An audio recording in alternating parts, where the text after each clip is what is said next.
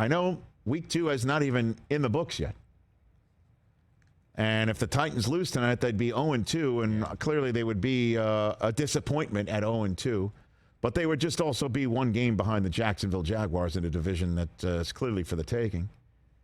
But I've got right now my top 5 so far most disappointing teams of 2022. Number 5 on this list actually has a win. It's the Denver Broncos. Let me tell you something. Let's ride. They've been the horse is bucking right now, and it's difficult for them to ride it. Nathaniel Hackett, first-time head coach. It's interesting his last name is Hackett because there are some play calls that makes you wonder if he can, to be very honest. And he's very well liked. At the times that I've met him, he couldn't have been nicer. And I'm just wondering if the moment is a little bit too big for him, because we all know how the game ended in Seattle, but at least in that game, he made the right calls in the red zone. His running backs fumbled it. 2 different ones. It's not his fault. They should have won that game 15 times over. They didn't. And the reason why they didn't at the very end is because for some reason he decided to try a 64-yard field goal instead of letting Russell Wilson try and get him closer or win it with multiple timeouts, with 3 timeouts left. It was a really weird decision. And then comes the game against the Texans yesterday. Yes, they won it. There are many different times in which the Texans should have won it themselves. But the one moment that is just mind-blowing to me that happened in this game that just kind of sums everything up. Forget about the red zone problems again, where they threw it instead of running it and didn't score touchdowns again. We're talking about the third quarter of this game. 3 minutes left in the third quarter of this game, and the Broncos are down 9-6, and they're setting up for a field goal from the Houston 36. And the clock runs down because they went back and forth about whether to go for it from their 36. And I thought, again, they're going to go for everything on 4th down now because it's Russ and let him cook. Right. But they dilly-dallied long enough that McManus got out there too late, and they didn't burn a timeout, and it was a delay of game penalty. And I'm thinking, all right, so they'll try and kick the field goal from the 41, especially since we know and spent the entire week knowing that the 46-yard line was the target. And this was in Seattle when they're not a mile high. And then they come out in a punt formation. And it's like, wait a minute. I thought 46 is the chance to kick it. You're 5 yards shorter and you're mile high and you're not going for the tie here? You're punting? And the reason why you're punting is because you have a delay of game penalty? You didn't burn a timeout because you weren't decisive enough? I don't mean to pile on here, but this is a very disappointing start. But they're 1-1, just a game out in the AFC West, so that's why they're number 5 on this list. Number 4 on this disappointing list. Go ahead and put it up there, Mike Hoskins. Number 4, the Carolina Panthers. Now, you could sit here and say, what are they going to do anyway in this division? It really was a Saints-Bucks division, and we saw that the class of division hit each other in the mouth, literally and figuratively, yesterday. But the Cleveland Browns were in their house, man, and Baker Mayfield was done dirty in his mind by the Cleveland Browns, and they didn't win that one. And Christian McCaffrey isn't scoring 50 times a game like, your all-world running back should be, certainly with a quarterback like Baker Mayfield. And then you go to take on the Giants, and right now, later on in the season, we might be like, well, that's tough to beat the Giants in MetLife the way that they're playing and that they're a division winner or can win a division. Right now, you got to win these games. You cannot go 0-2 when Tom Brady's in your division. You just can't.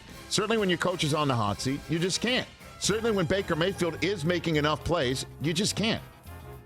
And I understand, what are you going to do? And it's very simple to just say you just can't, but I am. It's disappointing 0-2. I thought you could be at least 1-1, but 0-2 right now, you're disappointing me. Number 3 on this list is the Indianapolis Colts. 0-1-1.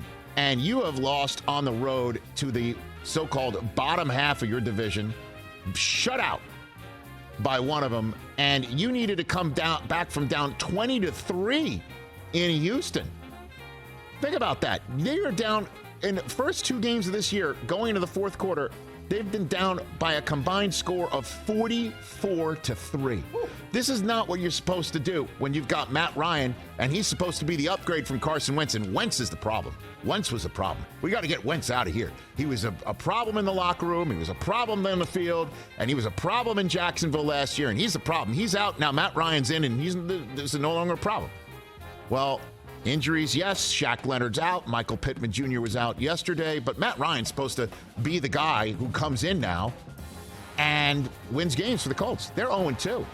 Now, 0-1-1. That's the best part about it, is they're still in this division, and the division still can be won, and they've got an MVP candidate in Jonathan Taylor. But this is a highly disappointing start. You're not supposed to go to Houston, to Jacksonville to open your season, and you're 0-1-1. Number 2 on this list is the team that I thought that wouldn't have a Super Bowl hangover and definitely fix their biggest problems from last year's playoff runs that they won and got to the Super Bowl in spite of. It's Cincinnati Bengals.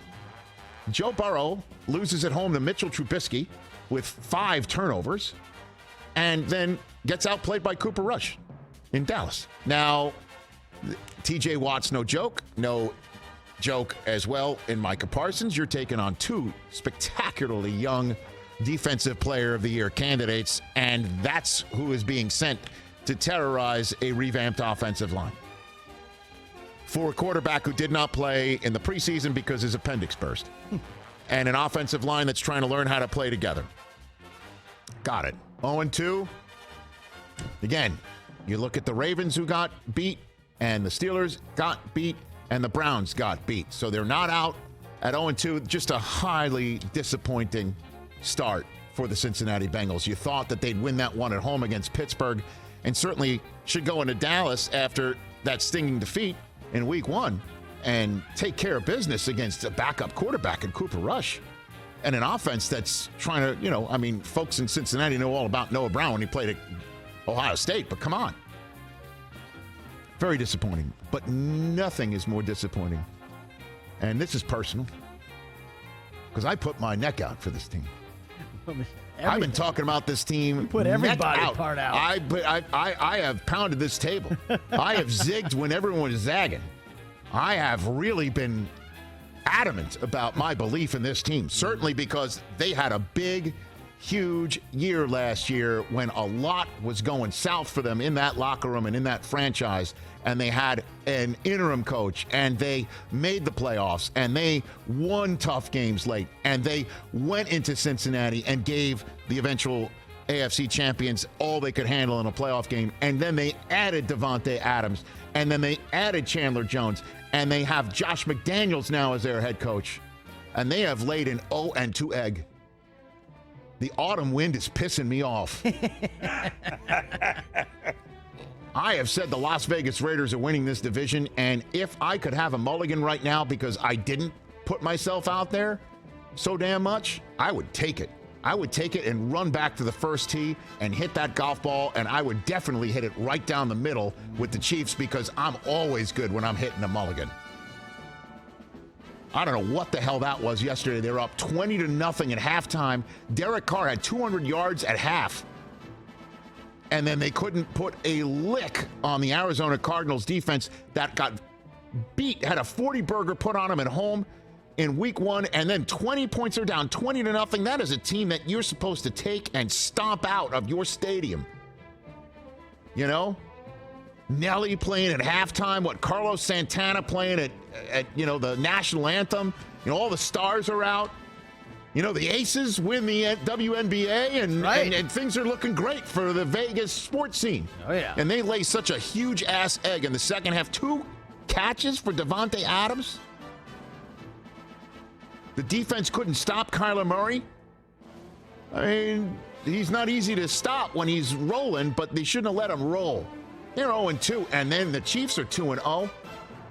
Come on now. The only thing is that at least the Chargers team that beat them, who knows when Herbert's coming back. And once again, Broncos country is not riding. So I'm going to try and hang my hat on that one and say the Raiders are going to do what I think they can do, which is rush the passer and have a very stout passing attack. But Hunter Renfrow just can't keep putting the ball on the ground. And let's find Darren Waller and let's find Devontae Adams for more than 2 catches, just like in week 1 when they targeted him, 17 times.